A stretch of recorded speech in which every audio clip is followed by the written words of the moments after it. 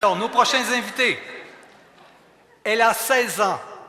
Il a 31 ans. Ils sont jeunes, croyants et engagés en Église. Accueillons Chanie Cloutier et Adrien Côté. Je veux l'amour, la joie, de la bonne humeur. C'est pas votre argent qui fera mon bonheur. Moi je veux crever la main sur le cœur. Allons ensemble découvrir ma liberté. Oubliez donc tous vos clichés. Bienvenue dans ma réalité. Je veux... Bienvenue. Allô. Quel Allô. beau visage de jeune. Adrien, Oui. ton cheminement de foi est passé par Zéléos. Et toi, Chanie, il est passé par les camps des aventuriers de la vie. Qu'est-ce qui s'est passé dans ces camps-là? Comment ton cheminement de foi a été rempli, énergisé par ces camps-là? Qu'est-ce qui se passe là-dedans? Dans les camps, c'est un endroit pour réunir les jeunes On prend la Bible, 4 personnages importants, on raconte leur histoire, mais en activité, en faisant des jeux animés. Surtout, on oublie tout ce qui est extérieur du monde. Nos textos, parce qu'aujourd'hui, on est vraiment une société sur Internet, tout ce qui est important. Mais dans les camps, on oublie tout ça, on pense à s'amuser, puis on apprend beaucoup dans la foi envers les personnages. Est-ce que tu es en train de dire que des jeunes peuvent survivre sans téléphone cellulaire pendant une fin de semaine? Oui. T'en es la preuve. Oui. Et vous n'en êtes pas malheureux pour autant. Non. Donc, vous avez comme des jeux de rôle par des personnages bibliques dans vos camps. Oui. Adrien, Zéléos. Tout d'abord, Zéléos est un nom un peu qu'on ne voit pas souvent dans le journal.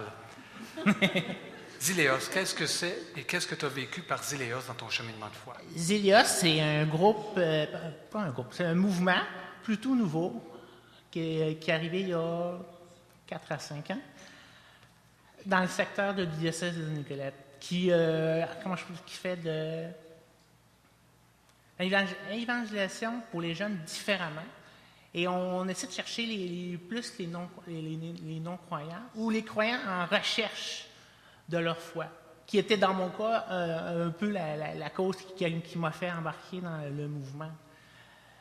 Par hasard, en 2013, on a vécu un pèlerinage, et une de mes premières expériences. Moi, à base, comme on dit, c'est un peu comme tout Québécois, la foi c'était plutôt non tangible. Et je ne connaissais pas. Et grâce au pèlerinage, j'ai découvert un milieu différent. La Bible, tout court aussi, tout simplement, comment je pourrais dire ça, un peu grâce à la Bible. Et comment je pourrais dire ça, moi-même, à la base, qui aime les pensées de tout genre, j'ai découvert que la Bible en était remplie aussi. Alors, la Bible est une des bases. Vous découvrez la Bible. Il y a des rencontres aussi. Zéléos, quand il veut rejoindre les périphéries, sortent sur le terrain. Comme je te parlais plus, il y a les clubs. C'est des rencontres d'à peu près 3 heures avec une partie plus amusement, une partie plus, intervenants. On a fait venir des intervenants de tout genre, psychologues, sur des sujets importants comme la famille, l'intimidation, ainsi de suite. Et pour finir, on a toujours un temps spirituel, un moment biblique pour un peu rappeler quand même, on est quand même un mouvement catholique. Et on lit des textes bibliques qu'on rediscute par après. Ensemble. Vous êtes jeune. Est-ce que quel est le principal défi d'être jeune et croyant en 2016? Chanie. Le faire accepter au soir autour de nous. Surtout les jeunes de mon âge, mettons à mon école, quand tu dis que tu es croyante, que tu es catholique, pour eux c'est choquant parce que de nos jours, pas beaucoup de familles continuent à aller à l'église ou, mettons, à Noël ou pour Pâques pour certains. Puis c'est dur à faire accepter parce qu'il y a beaucoup de gens qui prennent ça mal puis qui te rejettent. Je pense que c'est ça le plus dur. Tu as vécu ça, toi? Être rejeté à cause que tu te dis croyante? Quelques gens, oui. Là. Et ça ne t'empêche pas de continuer à être croyante? Non. Et même s'ils voient que ta foi te donne un grand sourire dans le visage, ça ne change rien? Non. Dans ton cas? Moi, je suis étudiant en éducation spécialisée. Il m'est arrivé même quelques reprises dans le cours de sociaux, dans d'autres cours, de dire tout simplement le mot Dieu. Et va être franc avec vous, c'était assez...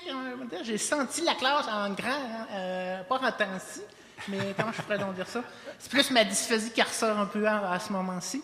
Il y avait une difficulté, le sentais dans Un la malaise. classe. Un grand malaise pour un simple mot de 4 lettres.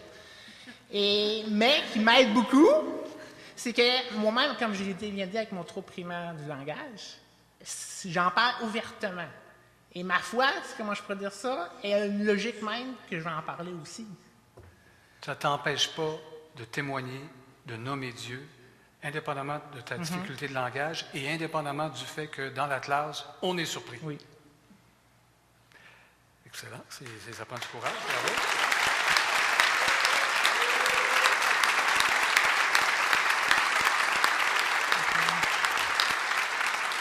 Chani, on a parlé des camps des aventuriers de la vie, mais c'est pas là qu'il y a eu le déclenchement de ta foi. Tu étais croyante avant puisque tu avais déjà vécu ta confirmation. Jésus faisait déjà partie de ta vie. Comment Jésus est arrivé dans ta vie, toi? Depuis que je suis jeune, pour nous, ma mère, elle m'a toujours obligée à aller à l'église pour avoir mes cadeaux.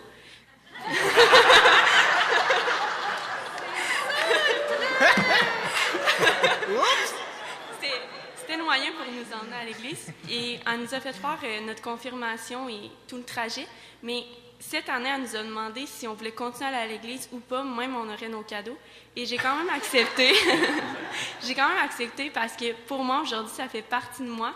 Mais si, mettons, on prend comme exemple ma soeur, elle, ça n'a pas été un déclenchement pour elle. Elle, c'est pas important.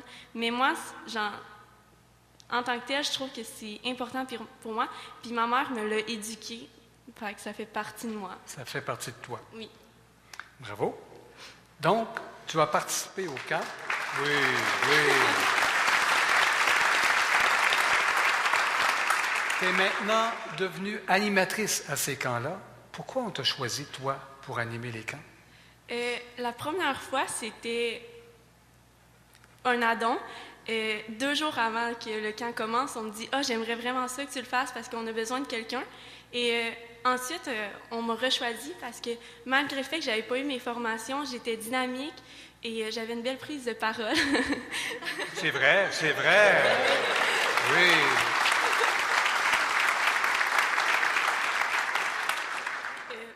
Et j'étais responsable et autonome. C'est surtout le dynamique, je pense, qui m'a aidée à pouvoir réaliser à être animatrice, mais c'est quelque chose que j'ai découvert à l'intérieur de moi en même temps. Tu ne le savais pas au départ. Non. Les jeunes filles de ton âge rêvent souvent à la carrière, au prince charmant, au voyage. Toi, tu avoues que ton but plus tard est de fonder une famille. Pourquoi rêves-tu à ce point de fonder une famille? Pour moi, fonder une famille, je trouve que c'est un critère important, car la famille, c'est une valeur, c'est ma première valeur. Surtout, je trouve que en famille, tu peux vivre des belles activités, puis l'amour qu'on partage, surtout, c'est le meilleur moment pour se confier et être rapproché. Je pense que c'est surtout pour ça. Bravo.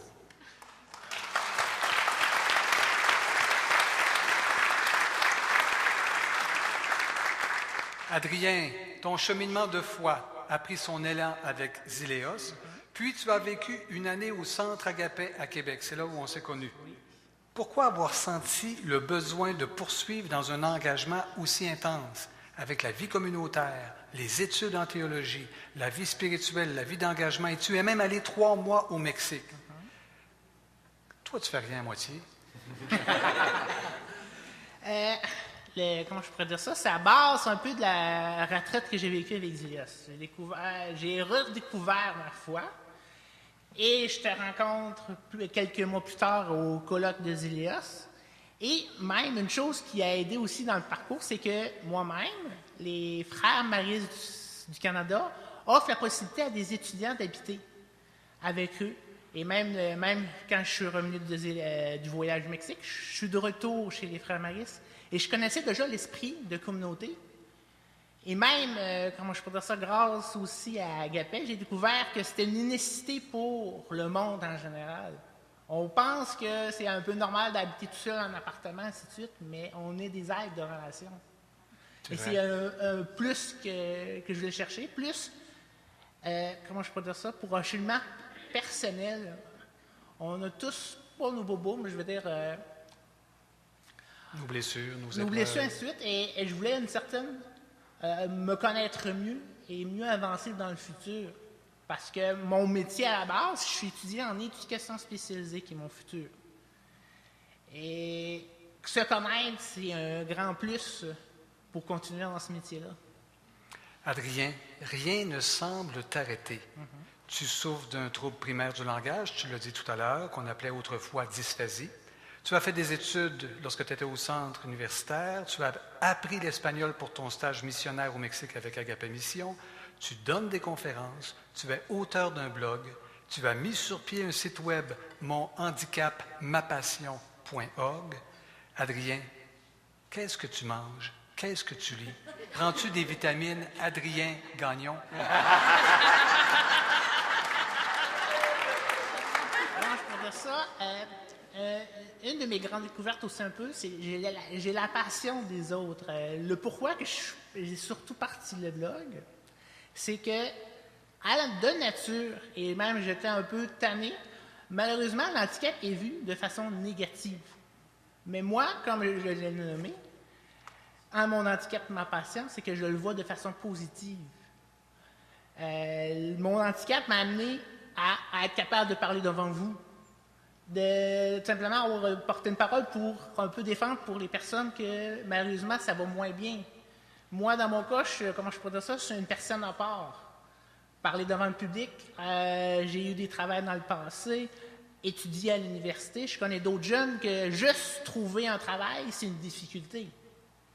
Et même communiquer. Et moi, comment je peux dire ça, je presse à l'exemple pour faire une certaine évolution de la société. Il y en a devant les épreuves.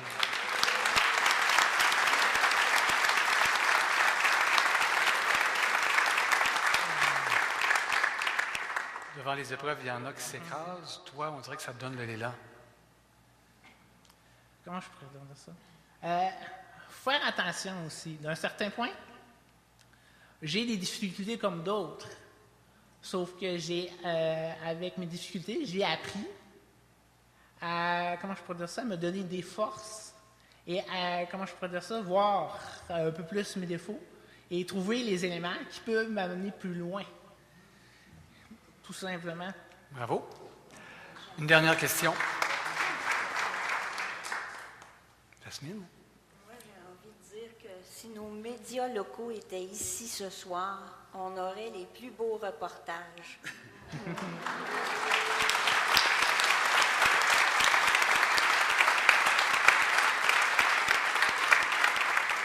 Alors, Jasmine, tu pourras appeler la responsable des communications au diocèse de Trois-Rivières et les mettre en lien. Dernière question. Qu'est-ce que vous répondez, Adrien et Chani, à tous ceux qui sont ici ce soir, ceux qui vous regardent à la maison et qui disent, ces deux jeunes-là, c'est deux exceptions ou ce sont deux jeunes d'exception? J'ai eu de l'aide, j'ai eu de l'aide. Il y a des femmes autour de moi, là. Est-ce que tu es une exception ou une jeune d'exception? Je vais commencer. Pour être franc, moi, je dis que non.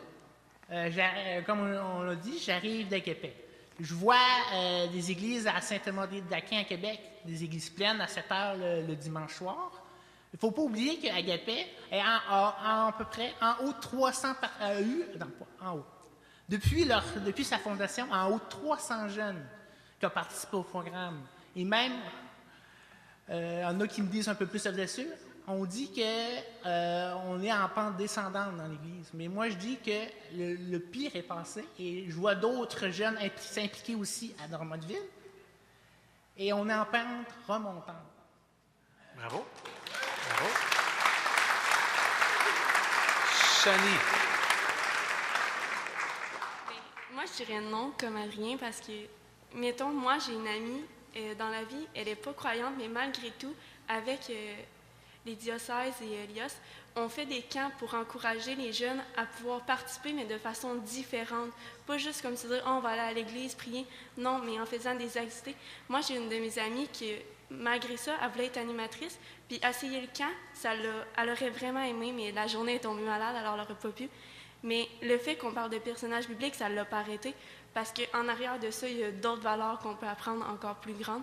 Fait que, comme Andrien a dit, je pense pas qu'on est en descente, mais plus en remontée. Excellent.